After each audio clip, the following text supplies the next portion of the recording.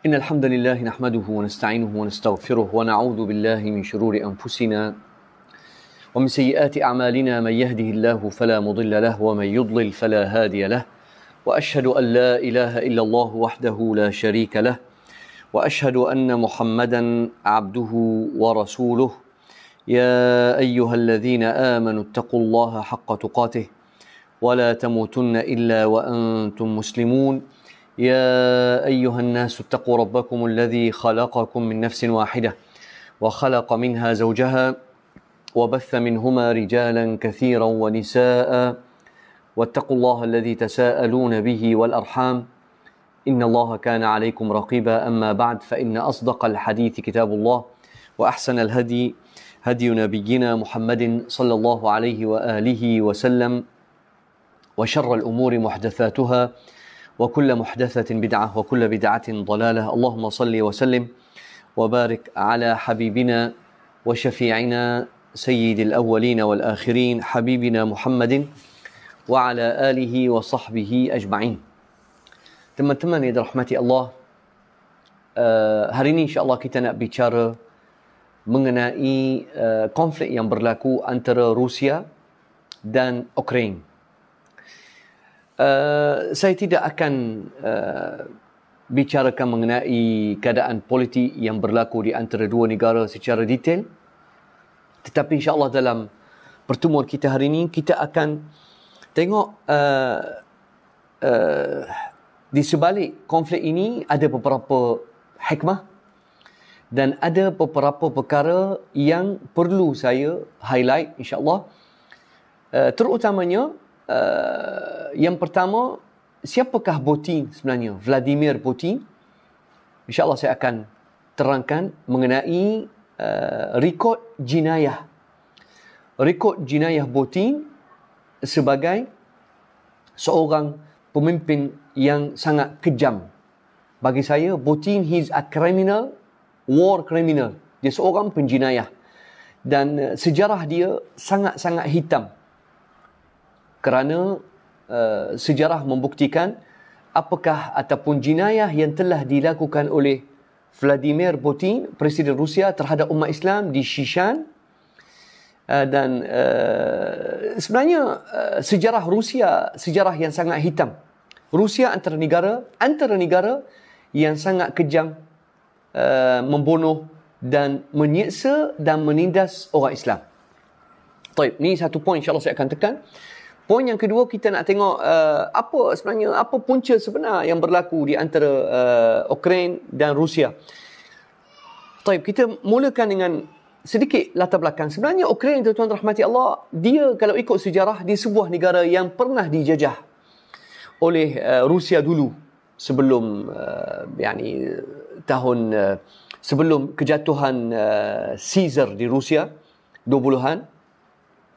Ukraine sebuah negara yang bawah dijajah Rusia. Tetapi bila datang Stalin dan Lenin, dan bila ada gerakan komunis ini memberikan sedikit hak autonomi, hak kepada Ukraine untuk menguruskan diri sendiri, tapi Ukraine masih bawah jajahan Rusia. Akhirnya sekarang ni kita tengok di zaman moden ni, Ukraine telah menjadi sebuah negara yang merdeka, tetapi Ukraine mempunyai sumber ekonomi yang sangat tinggi. Untuk pengetahuan semua, satu-satunya line gas cecair yang di sumber ataupun line gas yang sangat mahal yang Rusia bekalkan kepada Eropah, lalu di dalam tanah dan perairan Ukraine. Sebenarnya peperangan yang berlaku di antara ataupun konflik besar ni yang makin besar di antara Ukraine dan Rusia, punca utama adalah masalah ekonomi. Kerana Rusia sebenarnya, untuk pengetahuan semua, Rusia tidak mempunyai ekonomi yang kukuh. Rusia apa tuan-tuan? Rusia setelah kesatuan Soviet hancur dan runtuh, semua senjata Rusia dijual. Mafia-mafia, kita tahu sejarah Rusia, bila jatuh negara komunis, senjata Rusia dijual. Dan hatta saya tengok baru ni, China sendiri pun, China sampai sekarang membeli teknologi senjata daripada Rusia. Membeli cara tak betul. Dan kita tahu bagaimana Amerika, syarikat banyak je lah, tapi Hollywood kadang-kadang buat movie, bukan semua kita boleh percaya. Kita boleh tengok bagaimana mafia-mafia Rusia telah jual senjata besar-besaran Rusia dan bekas negara Soviet kepada negara kecil. Maka sebenarnya Rusia tidak ada sebarang kekuatan ekonomi. Apakah yang Rusia nak bangga? Tak ada. Sampai saya ingat satu ketika Erdogan, Presiden Turki, moga Allah jaga dia, Erdogan pernah kata, apa yang Rusia nak ugut Turki? Nak ugut kita dengan pelacur dia ataupun nak ugut kita dengan vodka? Tuan-tuan rahmati Allah, Rusia tidak ada sebarang kekuatan ekonomi yang besar. Hatta kereta mereka teruk. Perbuatan, kalau kita tengok perbuatan Rusia tak kuat seperti mana perbuatan Eropah Timur. Jadi yang Rusia paling takut apabila Ukraine dipegang sepenuhnya oleh Barat ataupun Ukraine menjadi sebuah negara yang menyertai NATO. Itu je. Itulah paling yang Rusia takut. Dan seperti mana saya kata tadi, saluran pembekal gas cecair daripada Rusia yang membekalkan Eropah adalah lalu di negara Ukraine. Jadi Rusia sangat risau bekalan gas yang Rusia bekalkan Eropah dikontrol oleh Eropah. Maka Rusia akan tercekik. Itu je. Taib. Sama juga, sebab yang sama, mungkin orang ramai tak tahu, antara sebab berlaku peperangan besar di Syria dan antara sebab utama Rusia membantu rejim Al-Assad untuk hancurkan rakyat Syria dan matikan sebarang pengaruh Saudi dan Qatar di Syria adalah bekalan gas cecair. Yang ni orang ramai tak tahu. Sebelum berlaku konflik di Syria, jom kita ke belakang sikit. Sebelum berlaku konflik di Syria, Qatar pernah memberikan satu proposal, satu cadangan. Qatar dia ada banyak bekalan gas cair. Qatar memberikan satu proposal kepada Syria supaya kalau boleh mereka nak membina satu saluran piping gas yang keluar daripada Qatar, masuk Saudi, kemudian masuk Jordan, kemudian masuk Syria. Supaya Qatar menjadi negara utama membekalkan gas cecair kepada Eropah.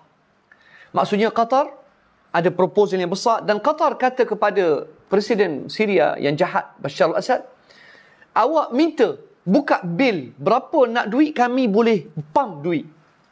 Cuma Qatar meminta kebenaran Syria supaya membenarkan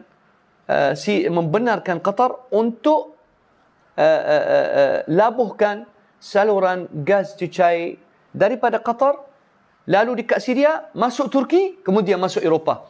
Maksudnya, projek Qatar ini akan menjejaskan satu kepentingan ekonomi yang sangat penting bagi sebuah negara, iaitu Rusia. Maksudnya, proposal Qatar ini akan mengganggu Rusia. Maka, Bashar al-Assad, walaupun duit akan dipam kepada Syria, tapi Bashar al-Assad terpaksa akur kepada perjanjian-perjanjian ekonomi dan perjanjian pertahanan yang telah ditandatangani oleh ayah dia, Hafez al-Assad.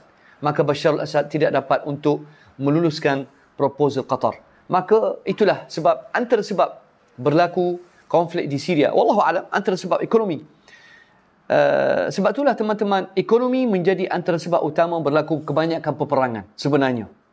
Tapi dunia tak akan tunjuk ataupun tak akan highlight sebab utama di belakang sebarang konflik yang berlaku. Sebenarnya konflik yang berlaku antara Rusia dan Ukraine, sebab utama dia berpunca kepada isu ekonomi. Itu je. Isu ekonomi. Subhanallah. Taib. Saya nak bagi tahu satu benda. Apakah pandangan kita sebagai orang Islam? apakah pandangan kita sebagai orang Islam terhadap konflik? Sebenarnya bagi saya ataupun orang Islam, jangan sedih, jangan rasa panik, jangan gabra, jangan risau. Tuan-tuan rahmati Allah, kita tak akan terjejas langsung di segi makanan. Kalau awak beriman kepada Allah dan Rasul dan hari akhirat, Rasulullah sallallahu alaihi wasallam tak pernah risaukan umat Islam. Rasulullah sallallahu alaihi wasallam tak pernah risaukan kemiskinan atas kita. Dalam hadis yang sahih, qala Rasulullah sallallahu alaihi wasallam, "Mal faqra akhsha 'alaikum." Bukan kemiskinan aku risaukan kamu. Walakin akhsha ma akhsha 'alaikum an tubsata lakumud dunya fatanafasuha. Yang Rasulullah sallallahu alaihi wasallam risaukan kita apabila dunia terbuka depan kita, maka kita akan berebut dan kita akan bergaduh dan kita perang sesama kita demi kepentingan dunia. Itu je. Kemiskinan, tuan-tuan rahmati Allah, bukan satu benda yang melakukan. Wallahi tuan-tuan. Kebanyakan peperangan yang tercetus kerana manusia yang tamak dan rakus. Rusia ni tuan-tuan, sebuah negara yang tamak. Dan Putin seorang, sekarang kita masuk bab Putin. Putin seorang yang zalim. Vladimir Putin seorang penjenayah. He's a criminal. Untuk pengetahuan semua, jenayah Putin terbukti dengan jenayah dia yang dia lakukan di Grozny. Grozny di Shishan. Tahun 1994, Vladimir Putin melancarkan serangan besar-besaran atas umat Islam di Shishan dan dia telah bakar Grozny dan telah mematikan umat Islam di sana kerana wallahu alam, kerana orang yang melawan Putin adalah orang Islam. Kemudian Grozny diserah kepada anak manja Putin, iaitu Kadyrov, yang saya langsung tak respect dia kerana dia telah mengkhianati perjuangan ayah dia sendiri. Biasa tuan, politik. Bila nak menjadi pemimpin atas negara, sanggup buat apa sahaja demi kepentingan sendiri. Baik. Vladimir Putin telah menyertai peperangan dan konflik yang berlaku di Syria mulai bulan September.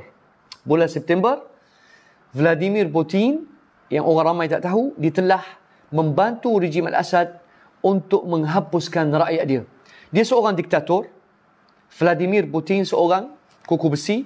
Dan jom kita tengok apakah kesan peperangan yang dilakukan oleh Vladimir Putin atas rakyat Syria yang tidak berdosa.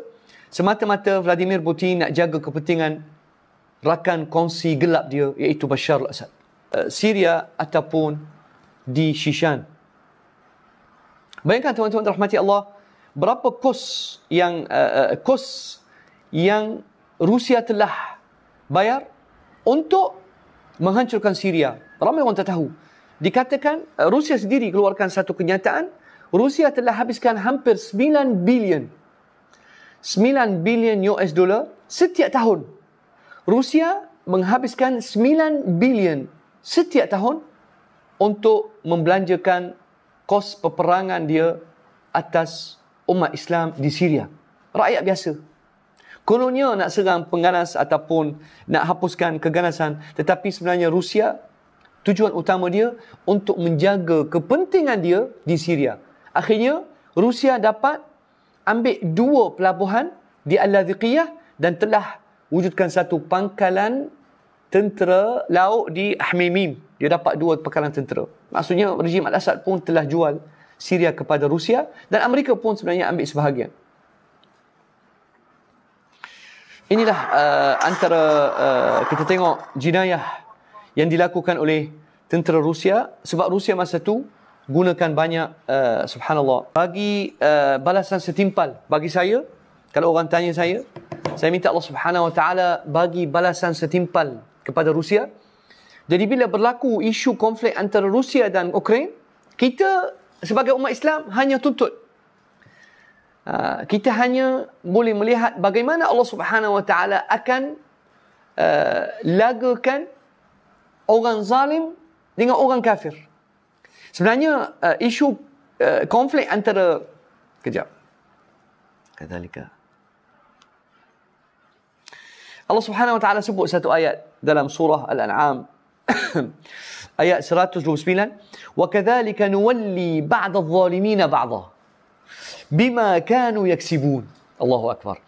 Bila awak tengok negara orang kafir dengan negara orang kafir berperang, awak hanya lihat dan tengok bagaimana hikmah dan kebijaksanaan Allah Subhanahu wa taala maha bijaksana. Kita boleh melihat kebijaksanaan Allah Subhanahu wa taala bila wujudkan peperangan antara negara yang bukan Islam, negara kafir. Dan kita, bagi saya, tengok, wa kadzalika nuwalli ba'd adh-dhalimin ba'dan bima kanu yaksibun. Bima kanu yaksibun. Jinayah peperangan, criminal war yang dilakukan oleh Rusia.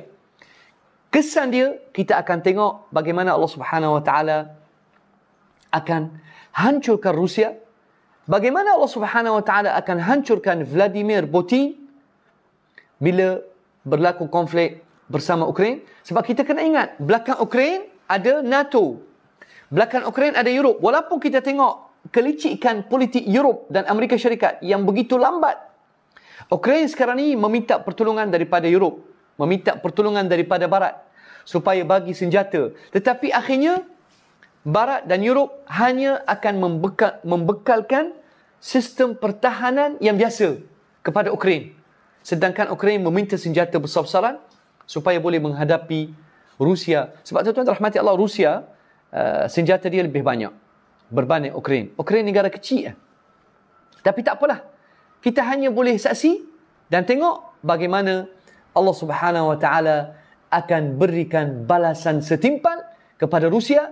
Rusia pernah menyiksa dan menindaskan umat Islam di Shishan. Saya kata betapa banyak hati-hati ibu wanita Muslim di Shishan yang pernah kehilangan anak-anak mereka yang kecil demi kejahatan Vladimir Putin dan tentera Rusia. Saya kata subhanallah, wanita-wanita Islam di Shishan akan sejuk hati bila tengok tentera Rusia dihapuskan, dan apabila Allah Subhanahu wa taala bagi balasan setimpal yang dahsyat atas askar-askar Rusia yang pernah menindas dan menzalimi umat Islam di Shishan. Saya ada satu video, tapi tak tahu ada lagi ke tak, menunjukkan bagaimana jahatnya tentera Rusia membunuh umat Islam di Shishan. Tengok, Junud Rus.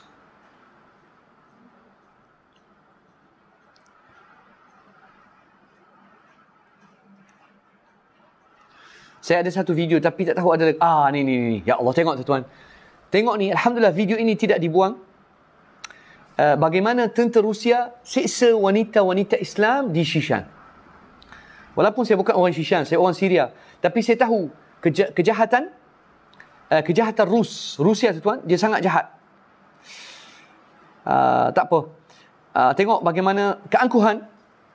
Tapi video ni mungkin akan disekat.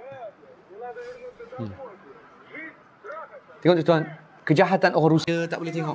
Minta maaf, saya tak boleh tengok sebab akhirnya dia akan tembak. Tak nak tengok video ni. Kita sedih. Tapi akhirnya kita akan tengok tentera Rusia bagaimana mereka akan menembak seorang wanita Islam dengan keadaan begitu kejam dan sadis.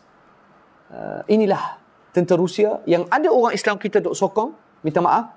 Saya heran bila ada umat Islam yang sokong tentera yang jahat, tentera Rusia. Tuan-tuan rahmati Allah, sejarah Rusia sejarah yang penuh dengan darah, sejarah hitam, sejarah yang penuh dengan kezaliman dan penindasan. Cukuplah kita tengok bagaimana Rusia telah menzalimi juga umat Islam di Afghanistan. Tapi Allah Subhanahu wa taala tunjuk kehebatan Islam, dan Allah Subhanahu wa taala memberikan juga balasan setimpal kepada Rusia apabila Rusia dikalahkan dengan cara begitu hina, apabila umat Islam di Afghanistan telah menghancurkan Rusia dan memberikan satu pengajaran yang pahit kepada Rusia, dan Rusia telah dikalahkan, Rusia telah dihancurkan oleh umat Islam, hamba Allah yang kuat di Afghanistan. Umat Islam di Afghanistan telah menundukkan dan menghalau keluar tentera Rusia daripada bumi Afghanistan. Alhamdulillah, Allah Maha Besar. Wallahi, Allah Subhanahu wa taala Maha Adil. Sebab itulah Rasulullah sallallahu alaihi wasallam sebut dalam hadis yang sahih, qala Rasulullah sallallahu alaihi wasallam fima yarwihi an rabbih, dalam hadis qudsi, la antaqimanna minadh-dhalimi fi ajilihi wa ajilihi.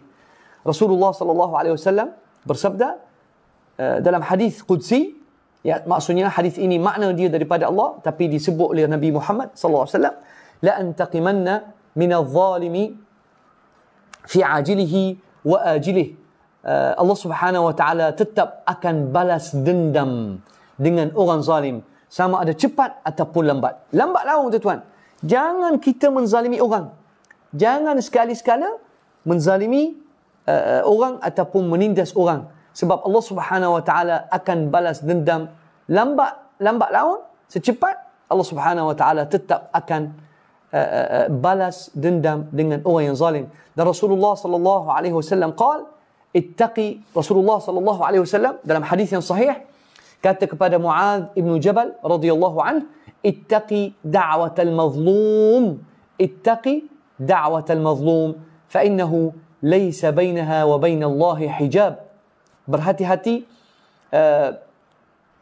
ittaqi da'watal mazlum, berhati-hati dengan doa orang yang dizalimi. Saya nasihatkan mana-mana pihak, jabatan, orang, jangan menzalimi umat Islam di mana-mana. Jangan melakukan kezaliman terhadap orang Islam, kerana ittaqi da'watal mazlum, berhati-hati doa orang yang dizalimi. Kerana doa orang yang dizalimi tidak ada hijab, tidak ada penghalang antara doa orang yang dizalimi untuk sampai kepada Allah.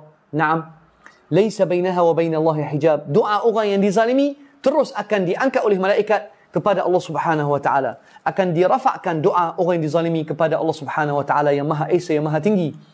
Jadi berhati-hati, jangan menzalimi mana-mana orang, kerana orang yang dizalimi, doa dia tidak akan ada sebarang penghalang ataupun hijab, dan doa orang yang dizalimi terus akan sampai kepada Allah Subhanahu wa taala. Allahumma afina wa fa'na. Allahumma inna na'udzu bika minadh-dhulm. Allahumma inna na'udzu bika min an nadhlima aw nuzlam. Ya Allah, kami memohon perlindungan Allah daripada kami menzalimi orang ataupun kami dizalimi. Allahumma inna na'udzu bika min an nadhlima aw nuzlam. Allahumma inna na'udzu bika min adh-dhalimin. Allahumma inna na'udzu bika min al-a'immati adh-dhalimin. Ya Allah, kami mohon perlindungan-Mu, ya Allah, daripada pemerintah-pemerintah yang zalim, ataupun tentera-tentera yang zalim, ataupun mana-mana kuasa yang menzalimi kita. Allahumma ab'id 'anna adh-dhulma wadh-dhalimin. Allahumma ahlik adh-dhalimin.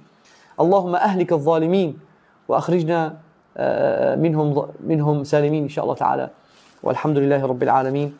Wassalamu alaikum warahmatullahi wabarakatuh.